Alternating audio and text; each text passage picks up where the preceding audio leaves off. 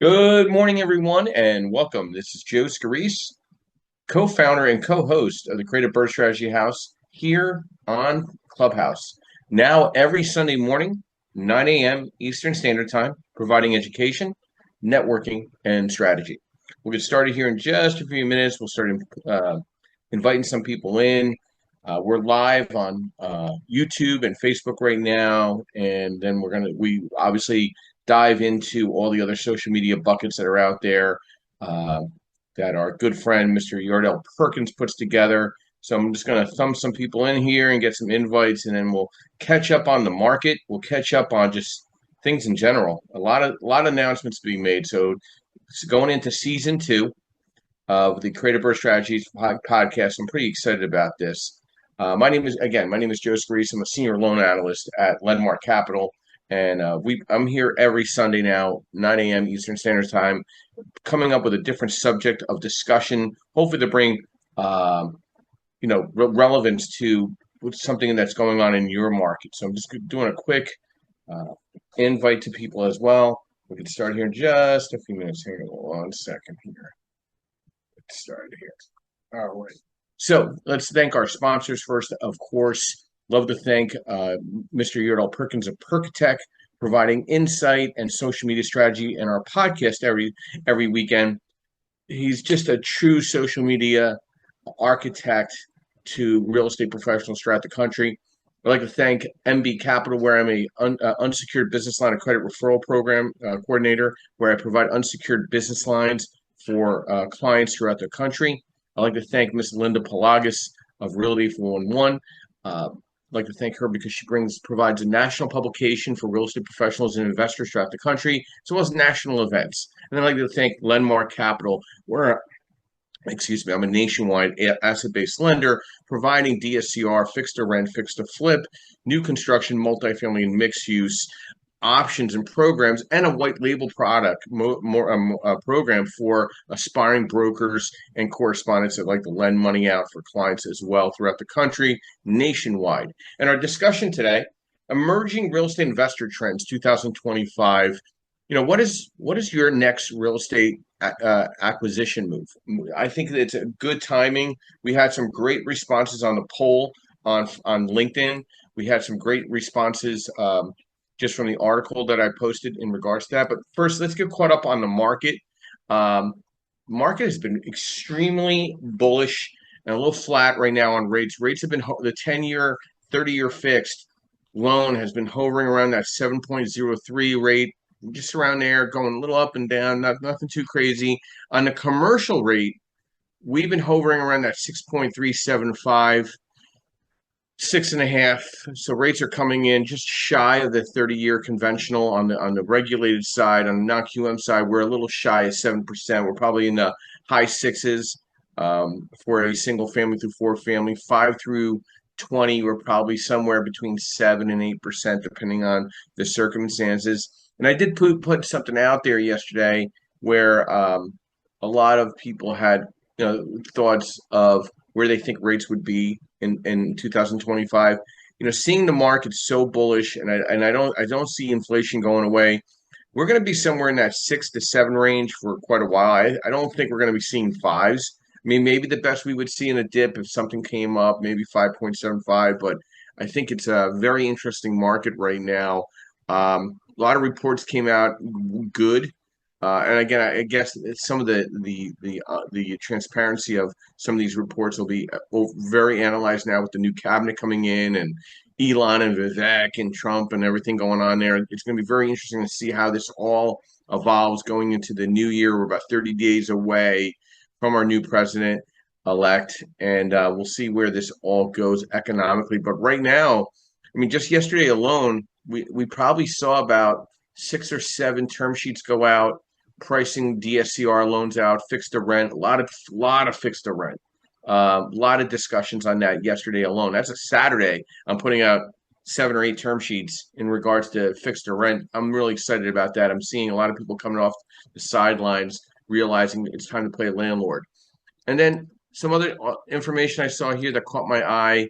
Some housing forecasts. Expected house prices are expected to increase a little bit in the next year. low to mid single digits. Everyone expects pretty multifamily starts to stay depressed in 2025. I'd stay in that 5 through 20 sweet spot, small bounce, multifamily. Stay away from the commercial presence or mixed use presence. Everyone expects both new and existing homes to increase in 2025, although existing home sales are expected to remain in the low 4 million range. I'm starting to see more new construction inquiry. It'll be interesting to see where that goes. I'm seeing a lot of flippers and rehabbers looking at land now to identify, opportunities for themselves because they're kind of running out of housing stock. Another interesting article that caught my eye this morning: families must spend 38% of their income on house payments. So the appeal of home ownership versus rental is really waning right now, based on insurance, based on buying on a property. There's a lot of moving parts. You're seeing a heavy amount of migration on rentals coming throughout the country. It'll be really interesting to see where people land, with this whole new hybrid market where we're working. People are not feel obligated to stay within where they work. So you're starting to see a lot of migration into the rural or light rural slash suburban markets for affordability, whether renting or owning.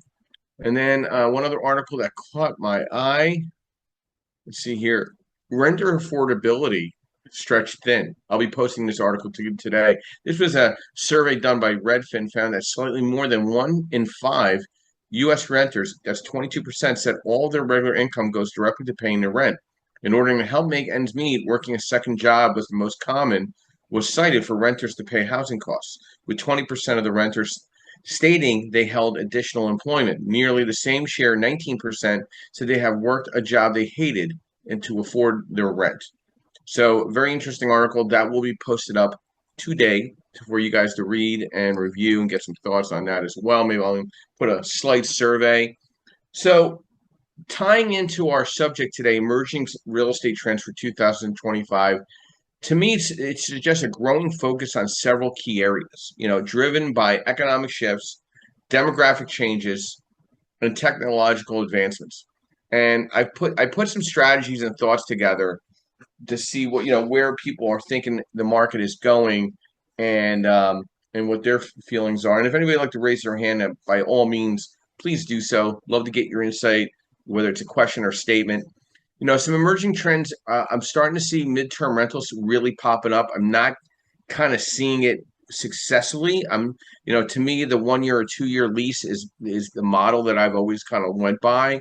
I don't think people want to move around. They don't want to see a transient type of environment. But again, traveling professionals, remote workers, and families relocating, I think midterm rental has to be looked at. Just you have to sit down with your attorney slash property manager to potentially put the right type of lease together that makes sense. I've always been a 1 year or 2 year lease kind of guy where I just know what I'm looking for. I'm looking at my market rent. I'm looking at Section 8 rents to make sure things are making sense. I'm also seeing a rise in build to rent communities. I'm seeing a lot of people not just building one families; they're looking at the 2 or 4 family opportunities. They see that where they can hold it out long term, get better rents, premier rents, gaining a lot of traction, especially in the suburban areas. And affordability pressures make home ownership challenging for many. So I'm seeing this 2 to 4 family environment really kind of taking some momentum. On the mixed use developments, I'm a little concerned because I see a lot of empty rental space retail with a lot of apartments, especially in a market like Philadelphia, seeing it also in like St. Louis, uh, uh, certain Carolina markets, certain Virginia markets, and certain New York State markets, New Jersey markets. I'm very concerned about the questionability. Can that commercial space support stay? Are we debt servicing that loan with the commercial space occupied or unoccupied? I'm real. I mean, right off the bat, when somebody calls me about a mixed use 2 unit, I'm automatically at 65% LTV. I drop automatically 10% when I'm looking at something, whether it's purchase or refinance in a perfect world. Okay. And then from a rehab perspective, it's very hard to identify money in the rehab construction space for mixed use right now, unless the loan amount's above a half a million. And then the client's got to qualify for that as well. I'm seeing industrial and logistics real estate, e-commerce boom continuing, warehouses, last mile, the distribution centers, data centers definitely remain a high value investment. And then there's obviously affordable housing projects, the Section 8 play. I'm seeing a lot of required presence to new multifamily development to have Section 8 requirements or rent control. Rent control is now approved in the city of county of Philadelphia. It's only like the second or third city to approve this. So it'll be very interesting to see how this all shakes out over the next 24 to 36 months from a home ownership perspective. Like if there's rent control, like I don't know if that's something that where it's going to be so appealing for people to stay in the city. And then obviously climate resilient properties. With all the storms we had and hurricanes, it'll be very interesting to see how the rebuilds look and how things are going to kind of shake themselves out. So those are some of the thoughts just to start off in emerging trends. We'll go to our moderators, of course. Mr. Ed Dowling, staying up here for the first time in a while. A little brief overview, who you are, what you do, and thoughts to our discussion this morning, exploring economic trends. Ed, are you there? Mr. Ed Dowling going once. Mr. Ed Dowling going twice. Ed will be leaving the top of the room. Justin, good morning and welcome. Brief overview, who you are, what you do, and thoughts to our discussion this morning, exploring economic trends 2025. Good morning, everybody. My name is Justin. I'm down here in Southern Louisiana, market real estate investor, big manager in construction.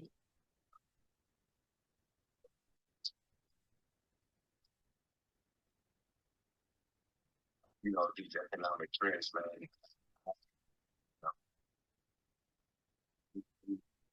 Definitely, earlier when you were speaking to different people, folks shifting to new construction, and I just, maybe not so much related to the economics of things, but related to where we are,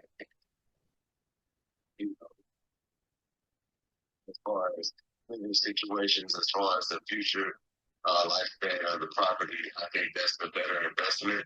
I think that the way people are spending, I think the information is out there, so they're looking to buy a better product, right? For better product. So I think there are a lot of things that are correlating together along with the economic constraints that people have going on. I do believe I'm not so much in belief of the lack of spending ability because people have been, consistent with consumption, certain things, right? But I do believe that there's going to be a smarter spend going forward in the future, and I think that's another element to that. I think I'm saying.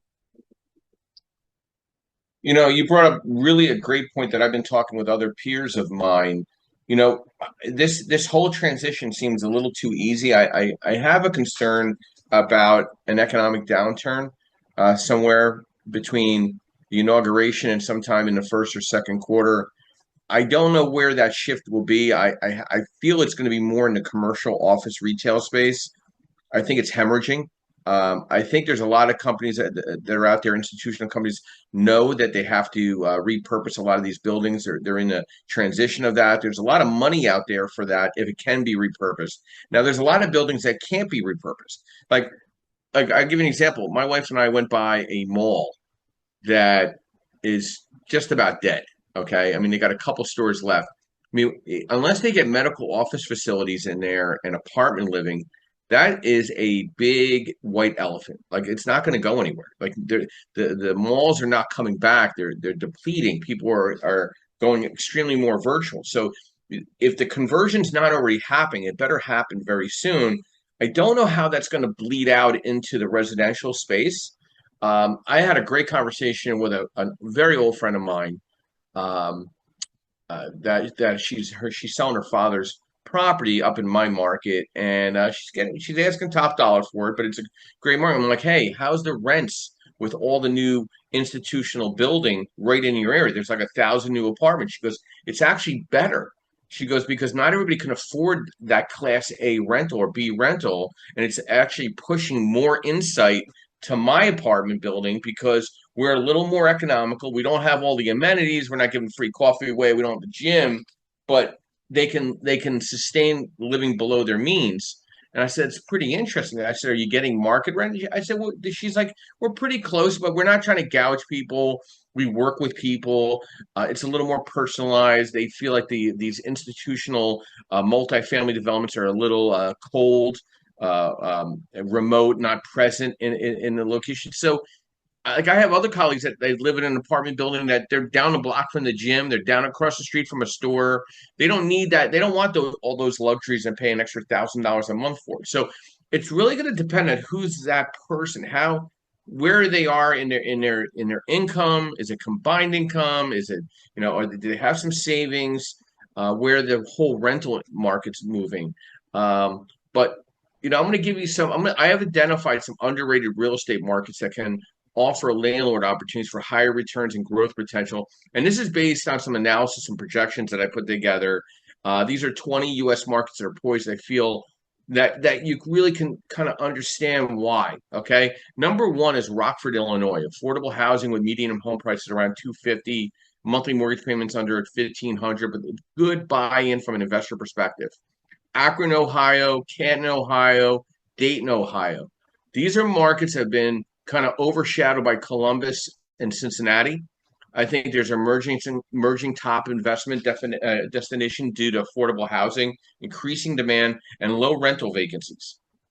Okay, the cost of living in association with sports is there. It's making it very appealing for real estate investors, and it offers proximity to major urban centers, attracting budget-conscious home buyers or renters. Detroit, Michigan is still up in that top 20. Columbus, Ohio is still there, even though I feel it's a little crested. I think a lot of East and West Coast money kind of came in on there. I really like Charleston, South Carolina. We're doing an event there in the spring with a group that's having an expo. New Orleans, Louisiana, kind of a renewed investor interest due to tourism and cultural allure, despite longstanding challenges. Cleveland, Ohio is in that top 20, offers a stable economy and affordable real estate options. Got to be careful with your management and maintenance. You got Pittsburgh, Pennsylvania is up in the top 20. St. Louis, Missouri, Oklahoma City, Oklahoma. I like affordable housing and growing economy, attracting investors. I'm looking at Minneapolis, Minnesota could be a turnaround. I like Rochester and Buffalo, New York a lot. Affordable housing, steady rental demand, revitalization efforts, and affordable properties. Birmingham, Alabama. I'm going to be down there in the springtime. Memphis, Tennessee's got a couple problems there, crime wise, but I think high rental yields and affordable housing attracts investors. Little Rock, Arkansas is another affordable market with growth potential.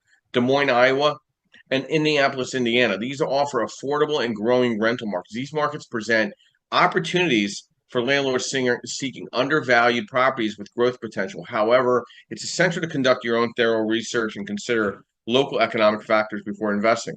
Some other markets that are more top tier: Dallas, Texas, Houston, Texas, very diversified economy, Tampa, St. Pete's, Nashville, Tennessee, Miami, Florida. Miami's got its own set of problems with vacancies and stuff with the condo market. Raleigh, Durham, Charlotte, North Carolina, Phoenix, Arizona, Indianapolis, Kansas City, Columbus and Cleveland, Ohio, again, is in that market, that analysis. Loving Las Vegas, that surrounding area of Las Vegas. Atlanta, Georgia, I think is a major business hub, attracting professionals and families. Salt Lake, steady growth. I'm going out there in the springtime, check that market out a little bit. San Antonio has always been very steady with rental demand due to affordability and military presence. So we'll go to one of our ladies in the room first, our Rose Amongst the Thorns, Miss D. Page. Good morning. Welcome. Brief overview, who you are, what you do, and thoughts to exploring economic trends. Joe. It's great to be on the stage with you. Normally Sunday mornings are pretty busy for me, so I just try to lurk there in the audience. But had a minute this morning. So for the room, I'm Donna Page, known as D here on the app. I'm a long-term investor. We basically operate long-term, short-term, and midterm rentals around the country, based here in Milwaukee. So Joe, I thought this was such an incredible topic this morning because we are seeing economic trends start to really impact the rental markets in the states and areas that we invest in right now. I'm just watching right now. I can't say that I have a tremendous amount of expertise to lend to the conversation because we're just sort of learning about what's happening or paying attention to what's happening in the market. We are seeing, particularly in the Midwest here, where we've done incredibly well with acquisitions and really nice rental rate returns. We're seeing some softening in the pricing, acquisition pricing, but we're still really strong on rental. So as an investor, we're trying to buy smart,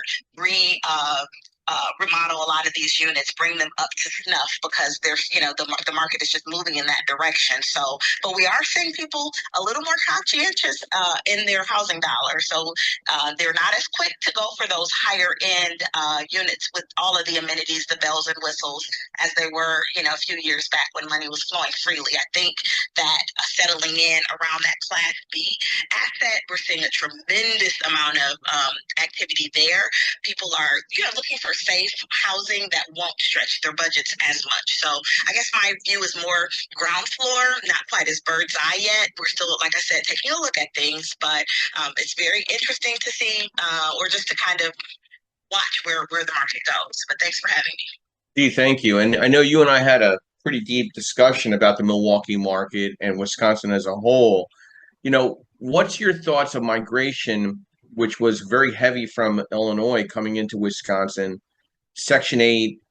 I mean, is single family through four family still the play in that Milwaukee market? Is it expanding into other areas of Wisconsin, such as like Eau Claire, Appleton, Green Bay, Sheboygan?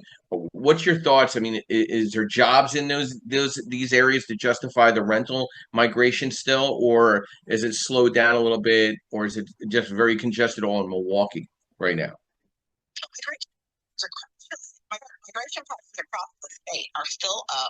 People are looking, especially when they're coming in from some of the bigger cities, the Chicago's, that metro area. They're looking for a slower lifestyle. There are jobs currently that support the migration, which is good, which keeps the rental market nice and strong. But on the affordable housing side, I think, that's from an investor perspective, that is a play that I really encourage people to look at because there's still tremendous opportunity. There are a lack of quite frankly, really nice properties that will still cash flow really nicely. So there's a real opportunity there for those of us who are investors, who are conscientious investors, who would like to provide a nice product on the market rate side. Though there's still, we have a really old housing stock, but as you get outside of the city, it's very, very, very well maintained for the most part because the rental, most of the stock has been home ownership year over year. So usually those properties are well maintained. They're usually really good investments to get in. Hope that answers your question. It answers it really well. Thank you, Dave, for being present in our room this morning. And real estate investing in 2025 is expected to be, shape up in several key trends driven by economic conditions, technological advancements as well, shifting consumer preferences. People there's definitely a group of demographic that likes having the grocery store downstairs, the other shopping stores downstairs, and living upstairs, and there's a gym, and then there's a workspace area. They want all of it there. They want the garden walk area for their pets upstairs, the pool inside or outside. They want these things. And they're going to pay for them. Okay, and then there's the people that don't really need all that. They're more simpleton, and they just kind of just want a place that they feel like it's their home. And I think that single family residential through four family residential is going to stay very strong. I mean, I had one client alone buying three properties at the same time, fixed to rent. And then he's going to renovate them. He's at $30,000-$40,000 renovation costs, buying them for about $125. Values are 210 to 250. rent it out for the market rent, and he's going to hold them. And when he gets to a certain income level, he's going to leave his job. He's going to substitute his rental income once he gets to 30 to 40 properties. At 17 now, he gets to 30 to 40 properties. He knows he can afford to make that move where he could just manage his properties out, right? The remote, or he just do more remote work. He could become a 1099 individual instead of a W-2, and have that influence and have just more flexibility to expand his market.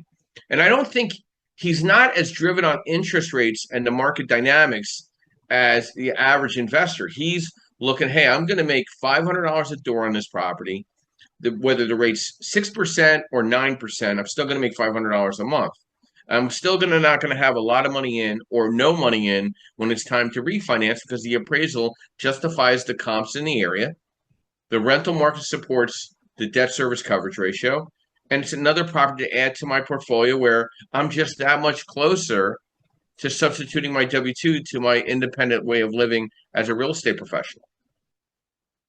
Travis, good morning and welcome. Brief overview, who you are, what you do, and thoughts to our discussion this morning, exploring economic trends 2025.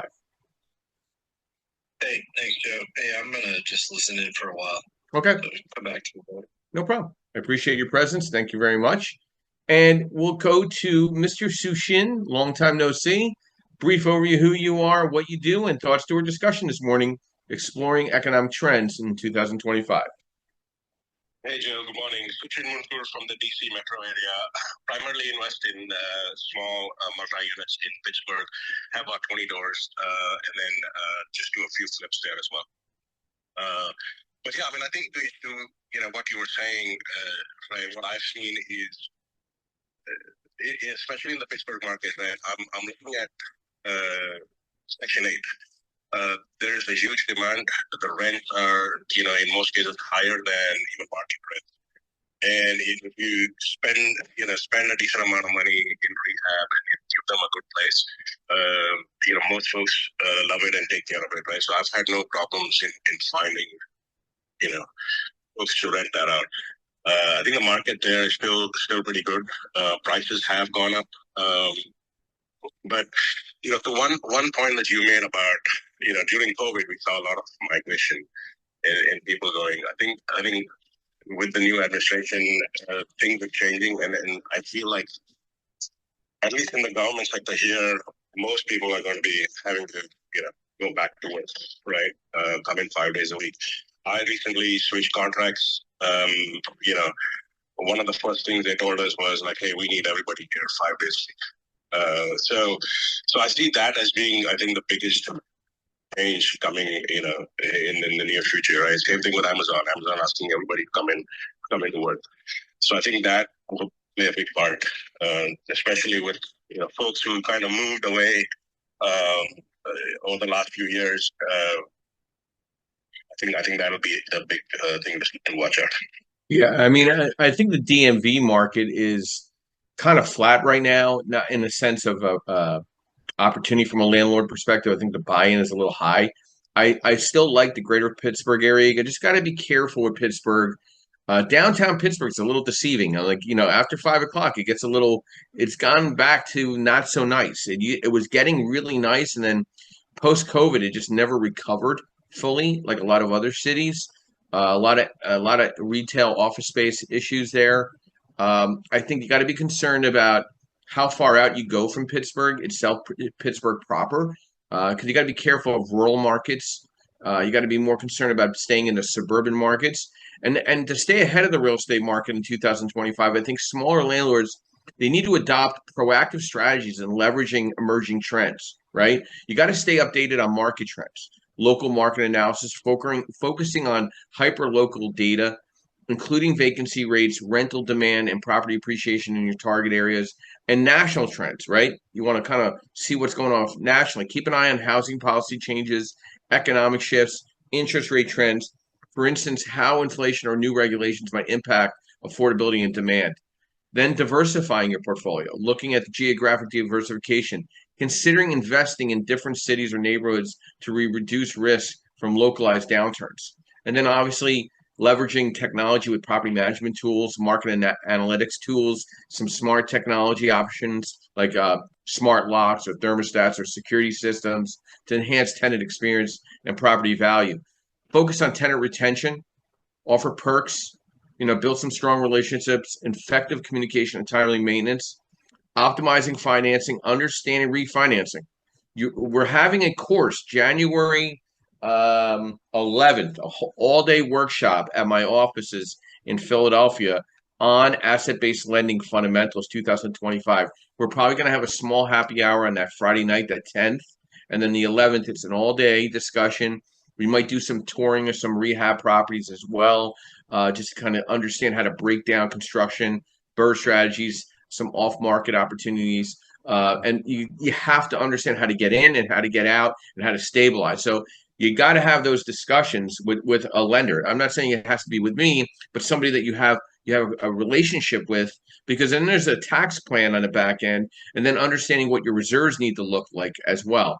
And then adapting to regulatory changes, monitoring zoning laws, rent control policies. Rent control is now present. It was a discussion. Now it's here in Philadelphia. The Landlord Association in Philadelphia did absolutely nothing to stop it. I mean, they're present. They bitched and moaned, but rent control is now here. So now you're going to see a whole change in short-term regulations, midterm regulations in the city, and then home ownership is going to wane. Stay compliant by maintaining updated licenses and insurances.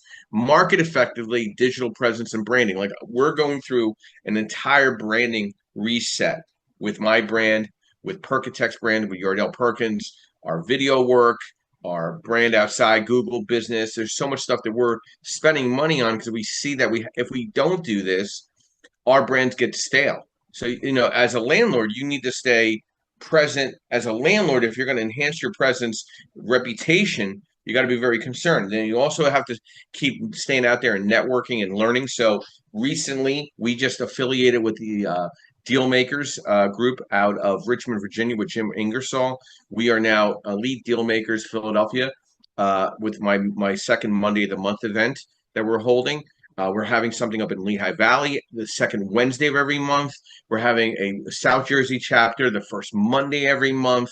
We're having a different type of other, connecting opportunities for health and for lending. We're doing all kinds of things going into the new year. So if you don't know about a lot of these events, please let me know and I'll send you the information. We have a couple great holiday parties coming up on the 19th in Lehigh Valley, and then on the 20th, which is a Friday night in Philadelphia. So if you want to fly in and stay for the weekend, we're going to have a great event Friday night on the 20th, because you got to be comfortable with people and you got to learn from as smart people as possible in different markets to see if it all makes sense, right? You got to also prepare for economic shifts, building flexibility into your rental agreements, allowing you how to adjust rents or lease terms based on market conditions, keeping an eye on the employment trends. Did anybody take a look at the jobless claims that were out this past week? Again, not trying to make you feel pressured, but you need to know what those numbers look like. How is that going to impact your bottom line? By staying proactive, informed, and adaptive, small landlords can navigate and capitalize on real estate trends in 2025 and beyond. These are tailored strategies you need to think of whatever market that you're in. Stephen, good morning and welcome. Brief overview, who you are, what you do, and thoughts to our discussion, exploring economic trends 2025. Yeah, Joe, thanks. I'm Steve Franco. I'm a broker, investor, landlord up here, and I run our REI homepage. And for those of you who want to, Joe's being nice enough to come up to our event December 3rd and do the asset-based lending training informational, and we are going to be streaming that. So if you're interested in signing up, we have it on Eventbrite. I'll throw it up in the group. I think the emerging trends are, again, I'm in a secondary, tertiary market up here. And separately, Joe, if you want to do a deal maker, maybe in Hazleton, I think there might be need for that up here. But I think that the emerging trends up here are really not so emerging. I think it's going to get a little more into adaptive reuse, or a lot more into adaptive reuse of properties. It's going to get a lot more into, I think it's going to stay very much affordable housing and new construction. And actually, surprisingly to me, our friend Mike has been doing great in new construction of rather high-end properties. in the Poconos and so forth, which I, very much, this area has very much been an affordable market for me.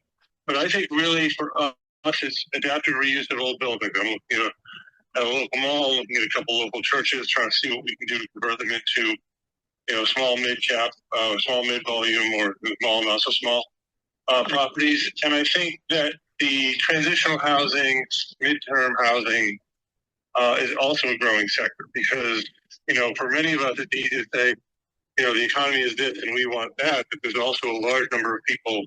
The affordable people know what they want, and that's fine. But in the transitional housing sector, these are people that don't have as much want. They have a need.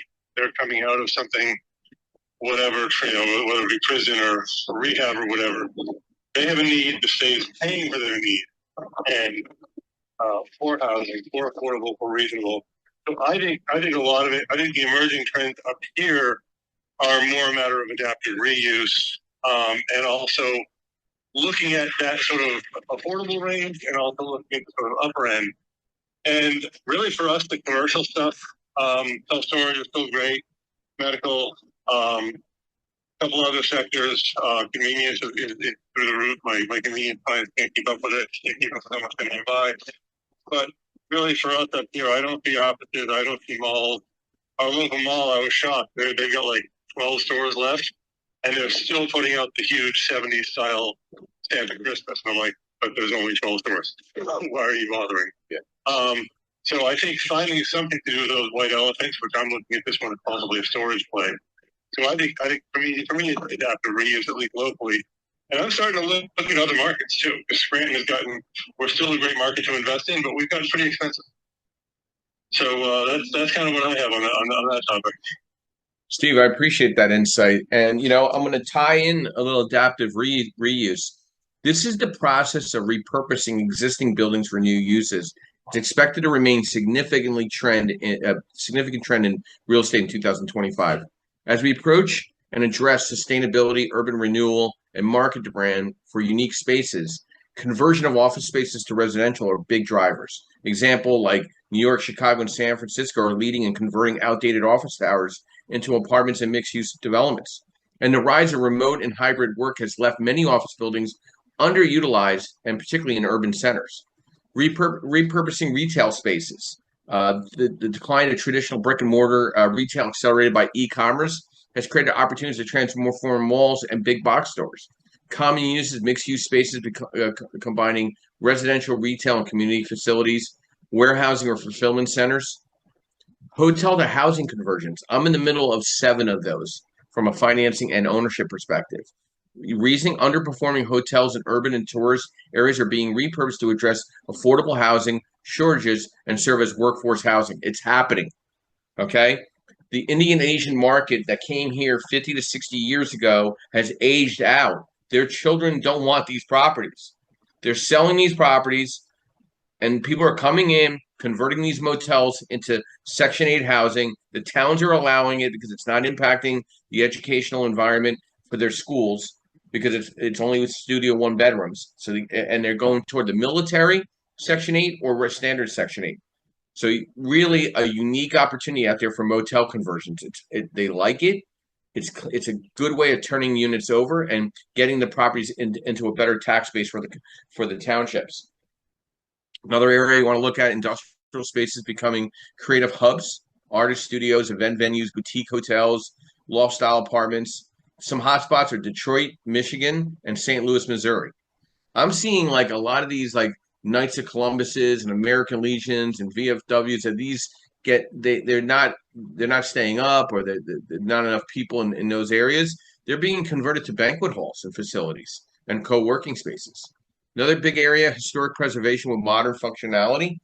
Historical preservation opportunities. There's sustainability-driven projects. There's healthcare and wellness facilities. I just toured an apartment, a multifamily building that has all type of wellness facilities within the building. So you can get a hyperbaric chamber, you can get cryo, you can get massage, Reiki, all in the same building, and live there. So big movement in the healthcare and wellness facilities. Some blurring the lines between uses. multifunctional spaces that serve multi-purposes, live, work, and play is still out there. Just got to be concerned about who's going to take up the office space, the retail space, like stores and things of that nature. And then some challenges here, you know, are and innovations are zoning and regulatory challenges. And will modular interior and smart build technology adapt to spaces more efficiently in 2025? And will the lenders be behind it? Is the question of the day. Amy, good morning and welcome. Thanks for coming in. Brief overview of who you are, what you do, and thoughts to our discussion, Exploring Economic Trends 2025. Good morning, Joe. Thanks for having me, as always. I'm Amy Palvido. I am a longtime real estate investor, recent prop tech founder, like the last 5 years. I started my company 5 years ago, and I'm also the chair of the U.S. Prop Tech Council, which is the real estate technology trade association in the United States. So I'm on the forefront of everything that's happening in regards to technology and real estate. So I like to pop in these rooms and help as much as I can. Exploring economic trends, I would say, real estate, obviously we're in a recessionary time. I don't know when we get out of it. We're hoping and praying that, I don't listen to the pundits because I don't think most people, they truly understand what Jerome Powell's going to do. And that's where real estate is going to really can't get out of it where we are now until we kind of work through our supply issues, work through these inflationary pressures, work through, just ease off the interest rates a little bit. But we just can't you can't just blame Jerome Powell. I mean, there's other things happening. I mean, we have had supply issues on the housing side since 2018. Like we were barely keeping up, and then when COVID happened, we just threw a big wrench in the gears, and so now we're just behind, and now we can't keep up because nothing is penciling out. So from a housing perspective, I think that's what's happening. But I will say the opportunities that lie ahead are in data centers. There is a 2% vacancy rate for data centers, and we cannot get enough of those. So if you were looking at, if you have an office property, they can't all convert to data centers because lots of reasons, but there's structural load requirements, there's other things like that. But if you have land that has available power, there's probably a data center buyer for you. And so you have to kind of look at, there's lots of different things, and it's kind of complex, but it's all about available power. So if you have something like 100 megawatts that can come to your land, if you can talk with your utility provider and you can get 100 megawatts to the land site, that basically is worth $1 million to you. So or even more. So it just kind of depends on the pricing. But I will say data centers are, recession proof. They'll figure it out. They've got so much money flowing to them. The other thing would be on the medical side. Anything like hospital healthcare real estate is doing just fine.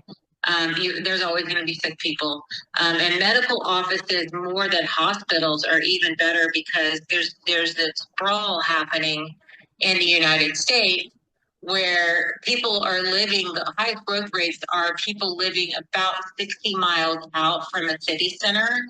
And there's majority of the things that you could do in a medical office.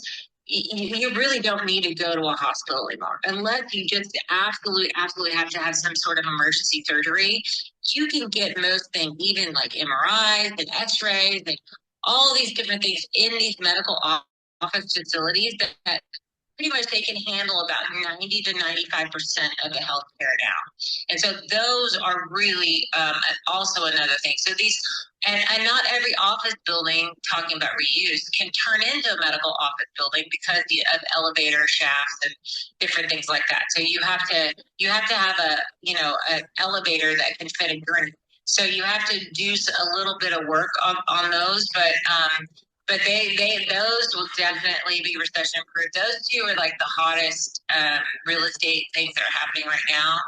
And then once the mortgage rates come down and housing will pick back up, we still have a housing shortage. So I think we're sitting pretty good. If you're a newer investor and you are just now learning, you're coming in at the right time because you're going to need to spend over the next 18 months to 24 months learning your craft, at least so you can be pretty good when you start, when you start actually investing. And by learning your craft, I mean, you're out there making offers, you're out there, underwriting deals, you're going to make, and no joke, I don't know why everybody thinks this, but you make an offer and everybody thinks, well, if I make an offer, I'm going to get the property. Oh, hell no. You're not, you're probably like 100 offers before you get a property. So just go through the process. I think it's probably the best thing. But yeah, those are my thoughts. Those are my thoughts, Joe.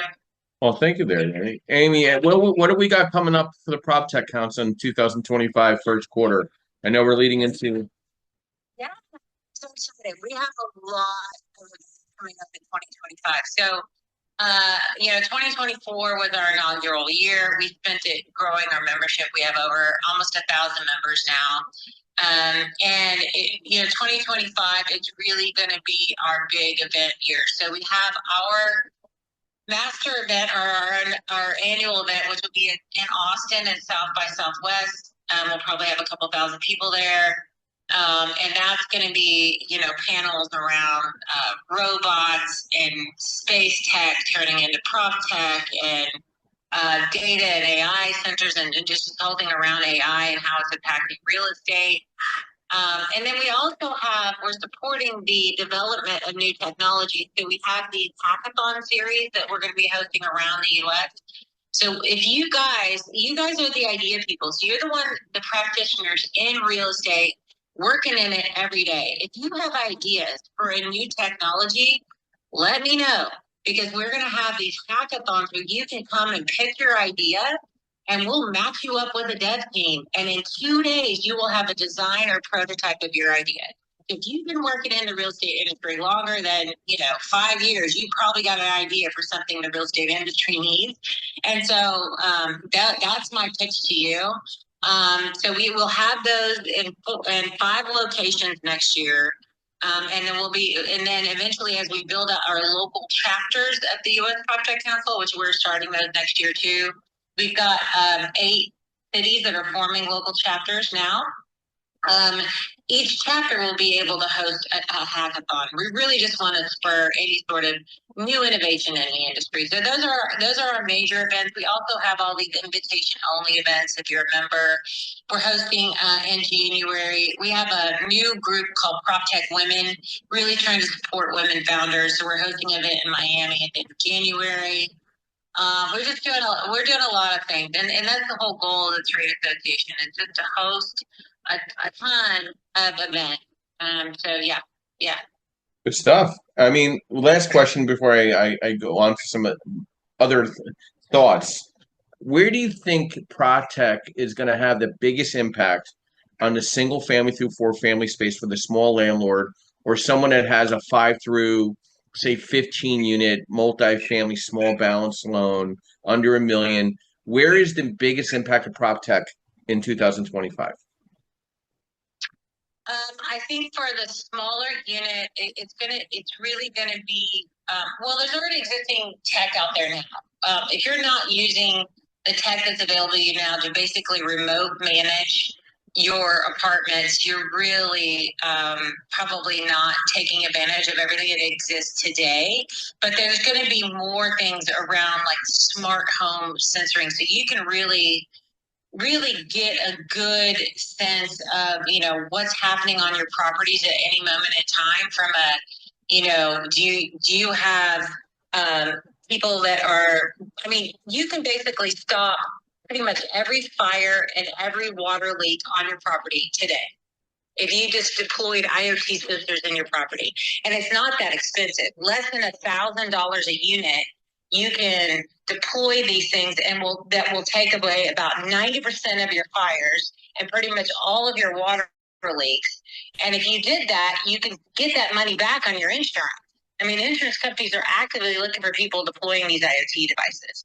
And then you'll also have the ability to do remote monitoring of, I mean, you'll know who's coming in and out of your properties if you really want to know. It depends on how you structure your access controls. And not having to do lockouts anymore. You don't have to do that. Just put a keypad on the door. You don't have to do that anymore. And then, if you can build out all these amenities that you can charge for, that can be ancillary streams of income that people are dying to have. Like, even if you had a 15-unit property, people want Amazon offers. Or have some way to get their packages that aren't left at the door so people can steal them. I mean, there's just a lot of different things. Parking, like, you can make money off of your parking lot. I mean, you can do all sorts of things with technology today that you could not do before. And as it goes forward, with the advent of AI, there's just going to be more and more things that you're going to be able to do from a marketing perspective, from managing your property, just kind of using AI, managing your lease renewals, understanding where you should be pricing things. I mean, it's going to become really, really easy to manage property probably in the next couple of years. And we're doing a study right now around how the difference between a property being managed appropriately with technology and ones that are not, and what's the difference in returns. We have that study ongoing now. And I guess I'll also plug my book. I have a book coming out. It's called The AI Expert Real Estate Investor, and it should be published on Amazon by December. And that it really kind of goes through all of this, where we're explaining, okay, these are the AI tools you should be using to help you do market selection, to help you manage your property, to help you, do all those things, how you, impact in the lending space, all these different things. There's a lot of AI tools out there that exist today. And so that should be coming out in December on Amazon. And I'm really excited about that too. Congratulations, Amy, and I really appreciate you giving some really additional insight this morning where we're discussing exploring economic trends. And I look forward to seeing your schedule coming up in 2025. Yeah, thanks. Thank you. So some secondary real estate, like the secondary real estate market trend as well. This ties into what Amy was discussing, Stephen was discussing, Sushin was discussing, Justin. There's an increasing attention due to affordability and population growth, lifestyle changes, several trends that you really want to keep an eye out for in the secondary real estate markets: continued migration to affordable markets, growth in rental demand, infrastructure and urban developments, tech and job growth hubs, revitalization of urban centers, increased interest in smaller multifamily properties. Short and midterm rentals will be it'll start moving around a little more depending on how this all shifts and shape shifts. Shifting towards suburban and ex-urban growth, appeal to retirees, environmental sustainability considerations. These trends in the secondary markets will continue to attract investors and home buyers in 2025, offering lower costs and solid growth opportunities compared to saturated primary markets. Kazi, good morning and welcome. Brief overview who you are, what you do, and thoughts to our discussion this morning, exploring economic trends. So, what's going on, my man? Good. How you doing this morning? Very well. Awesome. Thanks for always having these consistent rooms, man. We need to start the clubhouse. You always kept these rooms going. So I'll definitely shout out to you, Joe. Yeah. I'm definitely seeing a lot of different trends out there in terms of affordable housing. When COVID hit, COVID definitely I think changed the landscape. Everything, of course, has definitely had a impact, on affordable housing, right? And particularly, the cost in construction, right? Materials, labor, on top of the demand, right, for sustainable building, over the last few years had increased. So now, we're starting to see a lot of different governments, creating a lot of local mechanisms, instead of, kind of waiting on the federal government. They started to create just a lot of local mechanisms. So we see it in a lot of states that we play in, particularly, Wisconsin. I'm pretty sure every state, but we're doing stuff in, a few different states: Wisconsin, Arizona, Nevada, Indiana, Arkansas. don't know if I said Nevada or not, but regardless, we just see a lot of local mechanisms being developed, which is actually pretty cool. So those are other sources, we can layer on top of the, existing sources that they've already received from the federal government for, tax credits and, any mortgage, we can attract. So that's definitely like that's something that's been a great, add to the affordable housing product. Even at the federal level, though, they have released some other mechanisms like the greenhouse gas reduction funds, which is actually out now, and a lot of some folks are already started deploying the greenhouse gas reduction funds, for sustainable building. So that's like every state almost has at least like $2 billion, to give out, and this is going to be a rolling program. So this program is not going anywhere, any time soon. Same as the Solar for All, the federal government released. These are all other mechanisms, for affordable housing. So that's pretty good as well, right? Those additional resources. Of course, we because of the demand of affordable housing was crazy. We've been seeing a lot of demand for senior housing. Like everybody is asking for, senior housing and, family housing, even getting into the 4 bedrooms. So we started to see that a lot from our government, partners, asking for more senior housing with family housing. And because of that, they're, of course, everybody's aware of the zoning reform that's going on across the country. So a lot of cities are, experimenting with, different zoning changes to allow for more affordable housing, more density. So of course, that's a good thing. Even reducing the time it takes to even get through that process. Like some cities might already have it zoned for you already, especially if it's a city-owned land, county-owned land, government land, it might be already zoned, or if it's privately owned, just kind of reducing like that again, overall timeline and try to streamline it as much as possible. I mean, prime example, just recently, I'm in the process of closing this development, and I kind of, I kind of missed up to my something that had expired. I had to change the zone about a year ago. Not the zone, I had to get some variance in special use.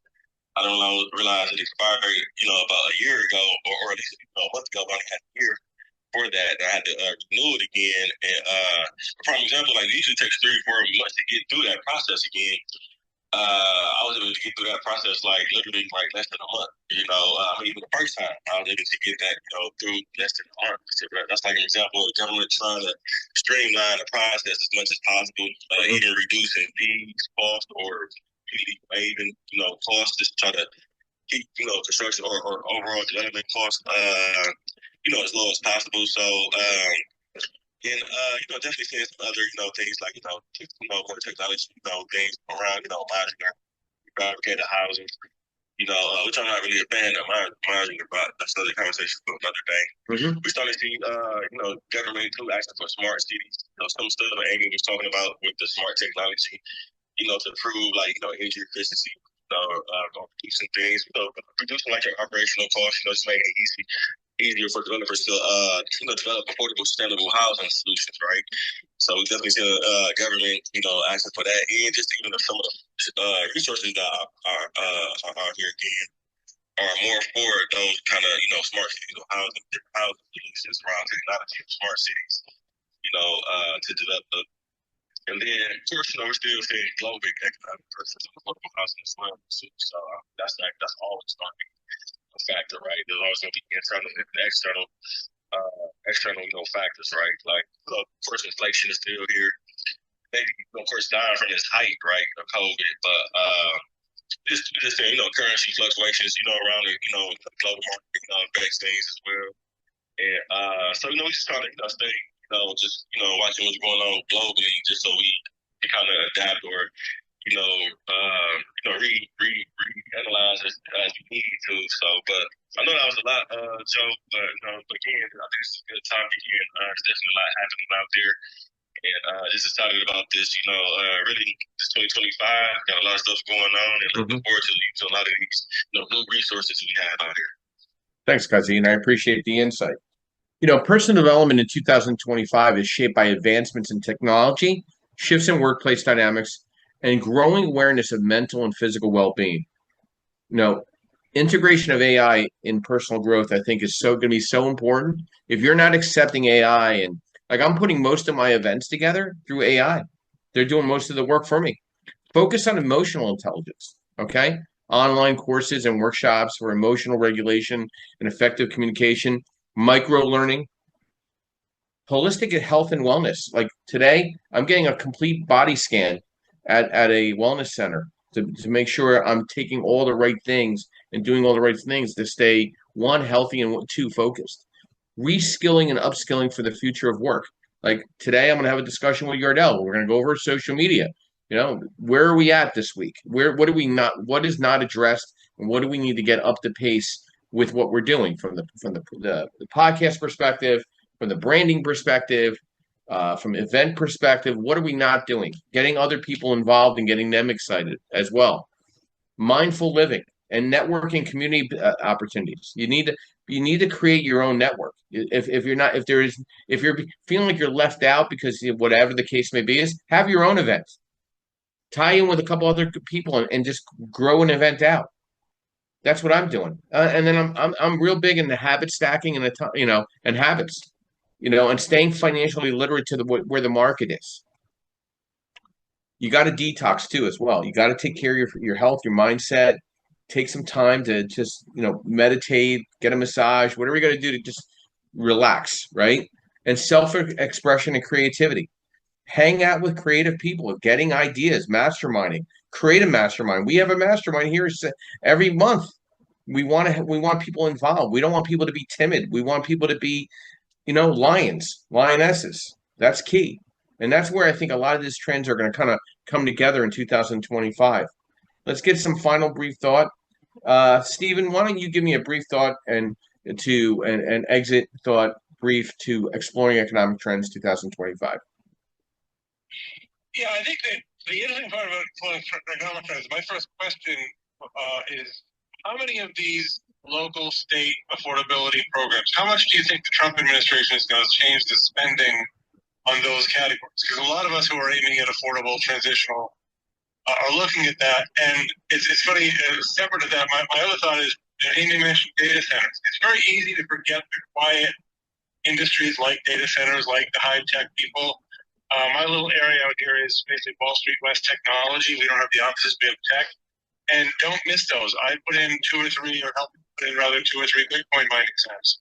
Don't miss those under notice things that just kind of happen. Connect with the people who are doing them if you can. Steve, thank you. I really look forward to our event coming up in December. So I'm going to just do a quick little overview of events that we're having coming up in December that, if you can make it, that'd be great. We'd love to see you there. I think it's important to network and connect with people. December 3rd, we're in Scranton, Pennsylvania, providing education on asset-based lending fundamentals. We have a deal or no deal. December 2nd, which is Monday, the first Monday. First Tuesday is obviously with Steve in Scranton, Pennsylvania. Then we're going to be December 8th. We're going to be in Newark, New Jersey with the Sub 2 group. Great little event we're going to have at a coffee shop. About 50 of us are going to be masterminding. And then on the 9th, we have a cigar event in the evening from 6 to 8 down in Atlantic City at Triple Play. Then on the Triple Play. Then I think we have obviously our Lehigh Valley holiday party on the 19th, and then our holiday party on December 20th in Philadelphia if you want to come for the weekend.